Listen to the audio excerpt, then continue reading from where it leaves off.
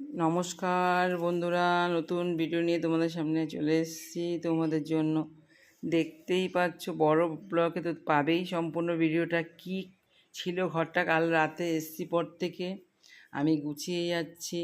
সকালে উঠে আবার ভোরবেলা শুরু করে দিয়েছি। দেখতে পাচ্ছ কালকে যতটা গুছিয়েছি, এই রান্নাঘরটা পুরো ফ্রেশ করেছি।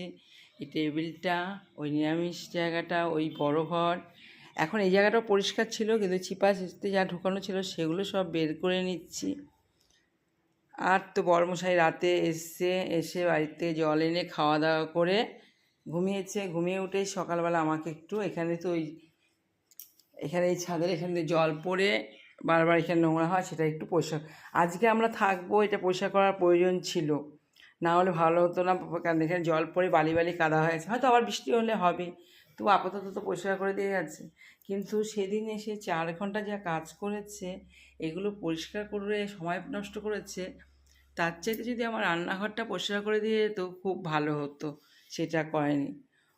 আসবে, এসে 4-5 ঘন্টা লাগিয়ে কাজ করবে, কিন্তু কাজের মতো কাজ কিছুই করতে পারে না। এই আমি এখন এগুলো সব ছড়ানো আছে, এগুলো সব গুছিয়ে, এই যে এগুলো গুছানো আছে। ফুল তুলে এসেছি, যেহেতু আমি পুজো দেবো বাড়িতে। এই যে ঘর গোছানো। আর এখনের ভিডিওটা এই অবধিই থাক, পরের ভিডিও পাওয়ার জন্য তৈরি থাকো।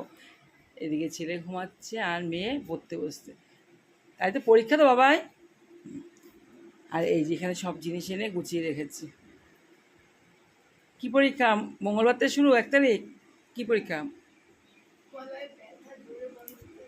বলো, কি পরীক্ষা? আচ্ছা, দুটো করে সাবজেক্ট পরীক্ষা হবে, ঠিক আছে। রাখছি ভিডিওটা। তোমরা আমার ভিডিও দেখো, লাইক করো, কমেন্ট করো, শেয়ার করো।